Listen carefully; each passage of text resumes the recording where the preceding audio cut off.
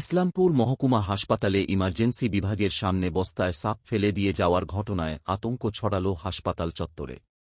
একটি বস্তার ভিতর ঢুকিয়ে সাপকে বা কারা ফেলে গেল ইসলামপুর মহকুমা হাসপাতালের ইমার্জেন্সি বিভাগের সামনে? এই প্রশ্নের উত্তর খুঁজতে গিয়ে রীতিমতন নাজেহাল ইসলামপুর মহকুমা হাসপাতালের কর্তৃপক্ষ।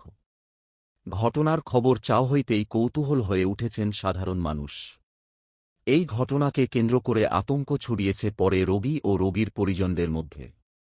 ঘটনার খবর পেয়ে ঘটনাস্থলে সেই সাপ উদ্ধার করতে চলে আসেন নবনীতা উপাধ্যায়।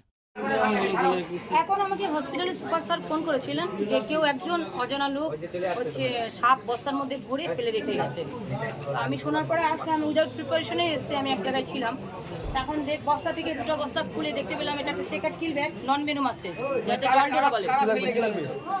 যতদূর শুনছি এখান থেকে সিকিউরিটির কাছ থেকে, যে সিকিউরিটি দাদারা বলছেন যে পেশেন্ট পার্টি এখানে হসপিটালে ভর্তি আছে, সাপে কামড়ে পেশেন্ট পার্টি ভর্তি আছে, তারাই এটা ফেলে দিয়ে গেছে, তারাই নিয়ে আসছে। আমরা যখনই সাপ ধরতে যাই বা ফরেস্ট থেকে থানা থেকে প্রতিবার অ্যাওয়ারনেস করা হয় যে কাউকে সাপে কামড়ালে কখনোই সাপ ধরে হসপিটালে আনবেন না, কারণ একজনকে কামড়াচ্ছে, যে সাপটাকে ধরতে যাচ্ছে তাকেও কামড়াতে পারে, আবার ডবল পেশেন্ট হতে পারে, বা হসপিটালে যে নিয়ে আসছে ডাক্তারবাবু বা অন্যান্য পেশেন্ট পার্টি আতঙ্ক ছড়াতে পারে।